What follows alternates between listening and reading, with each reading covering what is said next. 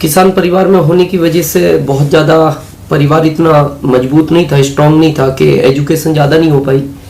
काफ़ी प्रयास भी किया और मैं 10th भी कंप्लीट नहीं कर पाया। अच्छा, हाँ। क्या बात कर रहे हो आप? हाँ। आपको इस वेशभूषा में कोई देखेगा तो ये यकीन नहीं करेगा। नहीं सर, ये कमाल इस सिस्टम का है, इस इंडस्ट्रीज ने। मैं आज गर्व करता हूँ कि मैं जिसके बारे में कभी सोच नहीं सकता था, इसने उस प्लेटफार्म पे लाके खड़ा कर दिया। और इसके पहले मैं इस सिस्टम, इस इंडस्ट्रीज के बारे में कुछ नहीं जानता था। तो मैं पहले बड़ा शरीर से भी वीक था, तो मेरे पिता ने कहा कि भाई खेती करो फिर। तो मेरी माँ ने कहा ये तो वैसे ही खत्म हो जाएगा खेती में, अच्छा। स्ट्रॉन्ग ही नहीं है। हाँ। तो फिर मैं जॉब के लिए एमपी आ गया। अच्छा। तो मैंने पहले प्राइवेट किया, फिर मैं सेमी गवर्नमेंट एमपी कृषि उपज मंडी में 700 रुपए की सैलरी से लगा और 2075 रुपए मेरे को मिलते थे। क्या बात है सर। और 2002 में इस सिस्टम की किसी ने मेरे से बात की कि इस अच्छा। तरह का कोई सिस्टम इस भारत में आया है कि जो बगैर पूंजी के बहुत कुछ दे सकता है। तो शुरू में बिलीव नहीं था, विश्वास हुआ नहीं, तो बहुत ज्यादा हमने फोकस नहीं किया। अच्छा। और एक्सीडेंटल क्या हुआ कि मैं अपने जॉब के लिए जा रहा था, तो इस कॉन्सेप्ट की कोई किसी से बात कर रहा था कि यार इस तरह के कोई सिस्टम आए हैं भारत में। तो मैंने उसको पूछा यार इसकी पूरी जानकारी कैसे मिल सकती है। अच्छा। तो उसने कहा इसका एक प्रोग्राम है, एक मीटिंग है, इसका एक एजुकेशन सिस्टम है, वहां आप चलो, 26 जुलाई 2002 की बात है। तो मैंने उनसे कहा आप आओगे? बोले हाँ मैं भी आऊंगा। लेकिन जब मैं वहां पहुंचा तो वो नहीं थे। अच्छा। हाँ। और उस समय शुरुआत थी शायद इंडिया में, तो वहाँ 8 व्यक्ति पहले थे, नोमा में था, और 10वां अच्छा। कोई आया नहीं। अच्छा। अच्छा, जिसने बुलाया वो भी नहीं आया। अच्छा। हाँ। और आश्चर्य इस बात का, वो आज तक नहीं आया। क्या बात कर रहे हैं। लेकिन जब इस कॉन्सेप्ट को, बहुत सीरियस तो नहीं था, लेकिन थोड़ा सा ये लगा कि 2075 है और इससे कभी 500-700 एक्स्ट्रा इनकम आने लगे पर मंथ, तो अपने लिए बहुत बड़ी बात है। और अच्छा। इसी सोच के साथ मैंने इसको स्टार्ट किया।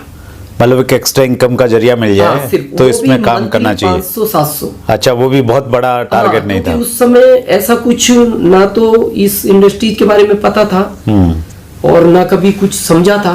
तो बात तो सुनते थे ऐसा करती है, लेकिन अपने को इतना बिलीव नहीं था कि ऐसा करती है, क्योंकि हमारा शुरुआती सफर था। हाँ हाँ। लेकिन जब हम इससे जुड़े रहे, इसकी थोड़ी एजुकेशन ली, तो पहले तो हम पार्ट टाइम करते रहे शुरू के 3 साल तक। और फिर जब हमें पता लगा कि ये इंडस्ट्री एज ए कैरियर करने की है और फ्यूचर है इसमें, तो फिर हमने जॉब को रिजाइन देके फिर इसमें हम फुल टाइम आ गए। वो कौन सा समय था, वो ऐसी क्या चीज थी जब आपने ये डिसाइड किया कि नहीं अभी पार्ट टाइम नहीं करना है, इसको फुल टाइम करना है? सर इसमें 2 चीज हैं कि जब आपको इस सिस्टम पे ये पूरा भरोसा हो जाए कि भाई ये सिस्टम ताकतवर है, और सेकंड आपको अपने ऊपर हो जाए कि आपका कोई साथ देना दे और आप करोगे, तो उस समय आप डिसीजन ले सकते हो। अच्छा। और डिसीजन में ये होता है कि हम ज्यादातर भारत में एक एवरेज है, मैं जिसको बोलता हूँ, लोग यहाँ रायचंद बहुत है, मतलब ये कह सकते हैं होलसेल में पाए जाते हैं। हाँ। आप जिससे दोगे अलग अलग राय देगा। ठीक। अब यहाँ माइनस पॉइंट जो मेरे को लगता है, ये कह सकते हैं, ये एजुकेशन का भाव, कि हम उन लोगों से ज्यादातर डिसीजन लेते हैं कि जिनको उस चीज का ही नॉलेज नहीं है। हाँ। अगर हमें एक अच्छा डॉक्टर बनना है, हमें एक अच्छे डॉक्टर से मिलना चाहिए। एक अच्छा वकील बनना है, हमें एक अच्छे वकील से मिलना चाहिए। बिल्कुल सही है। इस इंडस्ट्रीज में बड़ा होना है तो हमें उससे मिलना चाहिए जो इस सिस्टम में पहले से सफल हो चुका है। हाँ। या सफलता की ओर चल रहा है। बिल्कुल सही है। हम जाके अपने पड़ोसी को पूछते हैं, या मान लो हमें एक डॉक्टर बनना है, बाहर जाके एक ऑटो रिक्शा वाले को पूछे भाई एक डॉक्टर बनना है, वो कहता है रिक्शा चलाओ, पागल हो। सही है। तो उसको नॉलेज ही नहीं है। हाँ। क्योंकि मेरे को इस चीज पे एक बात याद आती है, और मैं ये भारत में एक यंग जनरेशन को ये संदेश भी देना चाहता हूँ। जी प्लीज। जब भी कोई काम करें, डिसीजन आप अपना लें। अच्छा। आपका दिल कहता है ये काम नहीं करना, तो दुनिया भी कहे उस काम को नहीं करना। आपका दिल कहता है करना है, तो दुनिया भी मने करे, तो आपको नहीं रुकना चाहिए। अच्छा। क्योंकि मैं इसका प्रैक्टिकल साक्षात उदाहरण हूँ। मेरी माँ यूपी रहती है, कभी स्कूल में नहीं गई, अनपढ़ है, तो मैंने उनको पहला फोन किया, माँ मैं जॉब छोड़ रहा हूँ। अच्छा। तो वो बहुत नाराज हुए, बोले तुम पागल हो, जॉब के लिए तुम्हें वहां भेजा और जॉब छोड़ रहा। अच्छा। मैंने कहा मैं एक बिजनेस करूंगा। कहाँ से आया तुम्हारे पास इतना पैसा बिजनेस करने? जी जी। मैंने कहा माँ बगैर पैसे का बिजनेस है। अरे बोले बेटा तू कैसी बहकी बहकी बातें करता है, तेरे को किसी ने जादू टोना करा दिया। अच्छा। मैं तेरे भाई को भेजती हूँ, घर लेकर आएंगे, तेरा झाड़ी फूकनी कराएंगे। अच्छा। और अच्छा हो जाएगा तो जॉब पे छोड़ देंगे, नहीं तेरे को गाँव में रखेंगे। मैंने ओके।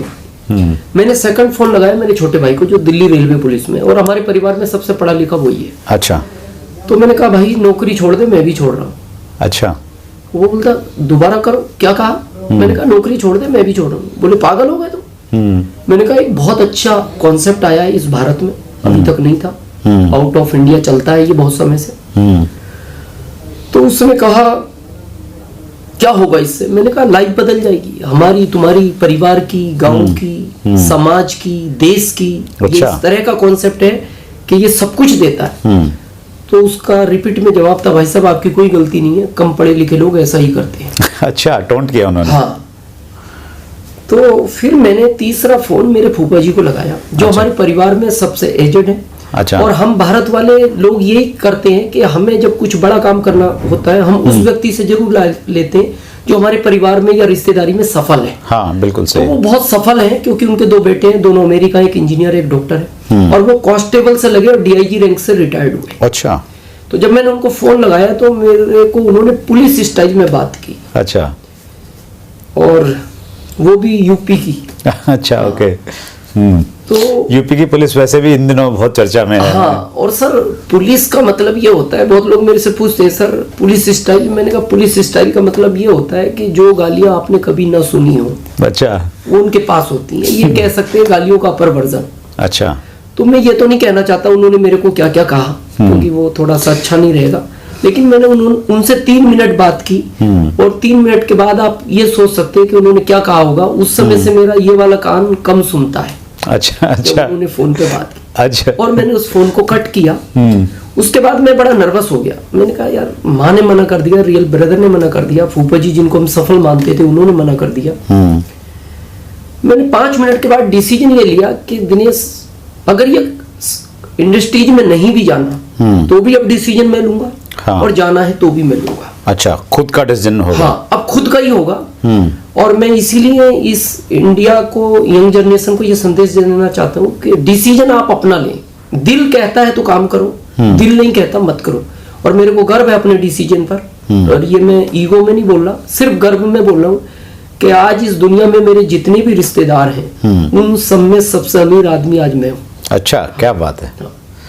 ग्रेट। तो वो जो लोग जिन्होंने आपको उस समय बोला था तो उनकी आज क्या फीडबैक है, मतलब वो क्या मानते हैं कि आपने सही डिसीजन लिया करने का? हाँ सर, ये तो मानते हैं, लेकिन अब उनको एक अंदर अंदर ये एहसास भी और एक दुख भी है। हाँ। कि यार हमने इसको तो गलत डिसीजन दिया, लेकिन हमने इस इंडस्ट्रीज के बारे में क्यों नहीं सोचा।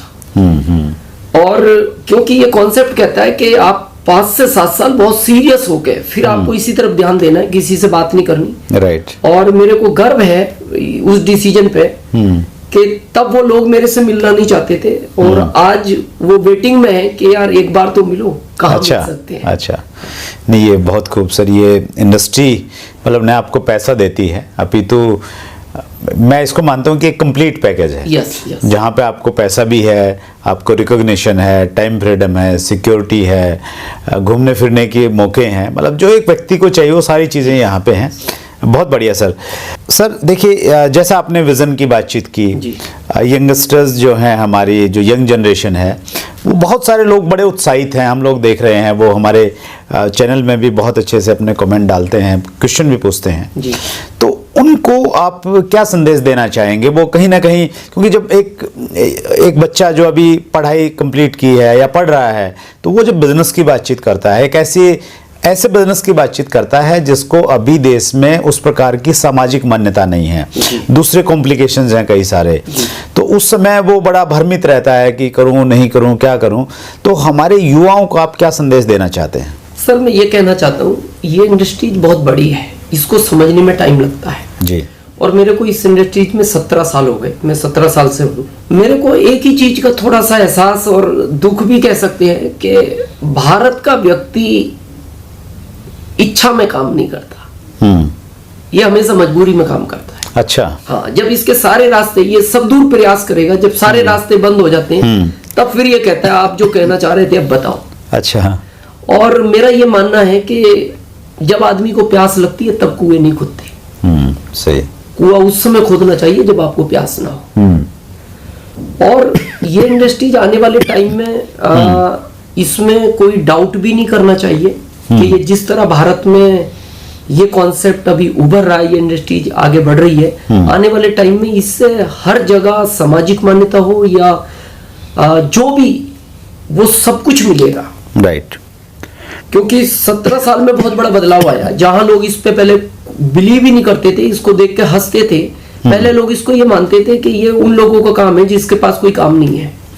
सही। लेकिन जब मैंने इसको अध्ययन किया आउट ऑफ इंडिया, तो वहां लोग ये मानते हैं, जो हमारे यहाँ जॉब को पहली प्रायोरिटी दी जाती है कि जॉब इंपॉर्टेंट है, ये फालतू काम है, वहां लोग ये कहते हैं कि ये फर्स्ट काम है, जॉब फालतू काम है। बहुत सही। जब इसको जो इस इंडस्ट्रीज में नहीं आ पाया वो फिर जॉब को करता है। हाँ, लेकिन वहाँ पे चूंकि इंडस्ट्री पुरानी हो गई है, 40-50 साल से है, तो निश्चित रूप से ऐसा माहौल है वहाँ पे, और हमारे यहाँ भी ऐसा माहौल आएगा, ऐसी हम उम्मीद कर सकते हैं। हाँ बिल्कुल। और मैं लोगों को इस बारे में एक बात भी पूछता हूँ कि आप जब जॉब को ज्यादा लाइक करते हैं, आज भारत की बात करें, आउट ऑफ इंडिया भारत से लगभग समथिंग 1% लोग जॉब करते हैं। हाँ, क्योंकि जॉब को ज्यादा लाइक। मेरे को आउट ऑफ इंडिया के लोग इंडिया में दिखाओ कितने % जॉब करते हैं। बहुत कम है। हाँ, ना के बराबर। हाँ, ना के बराबर। क्योंकि वो जॉब को लाइक नहीं करते, वो इस इंडस्ट्रीज की गहराई जानते हैं। और हम अभी, क्योंकि हमारे इंडिया में नया है, इसलिए हमें थोड़ा सा वक्त तो लगेगा समझने में। लेकिन मेरा ये मानना है कि 2025 के बाद जिस तरह भारत में मेट्रो को दौड़ाया जा रहा है, ये सिस्टम उसी तरह भारत में रन करेगा। बहुत बढ़िया सर। पिछले एक एपिसोड में हमारे साथ में बिजोन मिश्रा सर हैं, जो इंटरनेशनल कंज्यूमर पॉलिसी एक्सपर्ट हैं जी। तो उन्होंने भी ये विजन दिया कि अगर आप यूएस और चाइना से कंपैरिजन करेंगे तो इंडिया में डायरेक्ट सेलिंग अभी है ही नहीं, कुछ वॉल्यूम में नहीं है, तो ये बहुत तेजी के साथ में बढ़ेगा। तो आपने भी उस पर मोहर लगाई है। सर, मैं एक चीज़ जानना चाहता हूँ, यहाँ पे जब एक व्यक्ति उतर जाता है काम में, पूरे कॉन्फिडेंस और विजन के साथ में वो काम कर रहा है, और चूंकि बिजनेस लीडरशिप ड्रिवन है, एज ए लीडर आपको काम करना होता है, तो एक अच्छा लीडर बनने के लिए एक व्यक्ति को क्या करना चाहिए? क्या ऐसी चीज हो उसके अंदर में कि वो एक अच्छा लीडर बन जाए आगे जाके? सर, इस कॉन्सेप्ट में क्या है, इसमें 2 चीज काम करती हैं सर। एक समझना और एक समझाना। पहले तो आपको समझ होनी चाहिए उस कॉन्सेप्ट की, उस सिस्टम की, उस इंडस्ट्री की, फिर आपको समझाना है। और क्योंकि ये मल्टीपल कॉन्सेप्ट है, तो इसमें कम समय में अमीर बनने के ज्यादा चांस रहते हैं, और ऐसे कई एग्जाम्पल हैं इस दुनिया में। होता क्या है, मैं कई बार लोगों से पूछता हूं कि कॉन्सेप्ट बहुत इजी है, करना कुछ नहीं, आपको अच्छा रहना है, अच्छा लोगों से बात करना है, लोगों को समझाना है, तो ये इजी है। लेकिन थोड़ा सा मुश्किल भी है भारत में। क्यों? क्योंकि भारत के लोगों को समझाना है। अच्छा। हाँ। ठीक है। तो ये कॉन्सेप्ट है समझने और समझाने का। अब इसमें क्या होता है लीडरशिप में कि आप किसी से बात करने गए, ये कॉन्सेप्ट बहुत उतार चढ़ाव का है शुरू में, 5 से 7 साल बड़ा अप डाउन करता है। और ये प्राकृतिक का नेचर भी है, इस पर भी हम बात करेंगे। अब अप डाउन क्यों करता है, कब अप करेगा कब डाउन करेगा। जब इस इंडस्ट्रीज की आप किसी से बात करने गए और आपने उसको अच्छे से समझा दिया, तब ये सिस्टम अप करता है। अच्छा। और जब आप ये कॉन्सेप्ट किसी को समझाने गए, उसने आपको समझा दिया, अच्छा, तब ये डाउन करता है। अच्छा, ठीक। और ये चलेगा, ये प्राकृतिक का नियम है। आप देखो, जब ईसीजी की रिपोर्ट आप देखते हैं, हाँ। वो अप डाउन में है। हाँ, बिल्कुल सही है सर। जैसे आपके घर में या किसी के घर में कोई भी हॉस्पिटलाइज हुआ और आदमी घबरा जाता है, सर ये बाथरूम में गिर गया, हाँ। और हम घबरा गए, तो वो जब उसको एक टीवी से कनेक्ट करता है और जब वो लाइनें अप डाउन होती हैं, हाँ। तो डॉक्टर कहता है रिलैक्स, बिल्कुल ओके है, क्यों घबरा रहे हो? बोले नहीं सर, हम तो बहुत घबरा। बोले देखो ना कितना अप डाउन है, ये बिल्कुल सही चल रहा है। हाँ, हाँ। और आप इसी को देखते रहना। हाँ, अच्छा। अगर ये लाइनें अप डाउन है, हाँ, तो आपको चिंता करने की जरूरत नहीं है। मैं शाम को फिर वापस आऊंगा एक बार देखने। अच्छा। और जब 5 बजे आता है, वो पूछता है कैसा रहा, बोले नहीं सर, बोले रिलैक्स, और बोले अभी मेरी ड्यूटी ऑफ हो गई, मैं घर जा रहा हूँ। और रात भर आप टीवी देखते रहना। अगर ये लाइन अप डाउन है तो आपको ज्यादा टेंशन नहीं लेना। हाँ, कभी रात में ये लाइन सीधी हो जाए तो फिर मेरे को फोन मत लगाना, घर ले जाना। अच्छा। हाँ। तो हम अपनी लाइफ में चाहते हैं कि सब स्टेबल हो जाए, तो ये तो प्राकृतिक का नियम है कि ये किसी साइंटिस्ट के माइंड में उसने डाला ऊपर अच्छा। वाले ने कि इस लाइन को आप ऐसे बनाओ राइट सर। कि आदमी को अगर जिंदगी जीनी है इन्हीं उतार चढ़ाव में जी जाएगी, और आपको भी इस इंडस्ट्रीज में कामयाब होना है तो इसी उतार चढ़ाव से निकल के ही आप कामयाब। मतलब लीडरशिप के लिए पहला गुण ये है कि आपको प्रिपेयर रहना पड़ेगा कि जी। बढ़ेगा भी, कम भी होगा, सभी तरह की और स्थितियां कई बार आएंगी, होगा। कई बार होगा, उसके लिए प्रिपेयर रहना पड़ेगा। अच्छा, राइट सर। और लीडरशिप एक ऐसी चीज है जो कोई जन्मजात नहीं मिलती, आप अभ्यास करो। हमारे साथ भी शुरू में हुआ।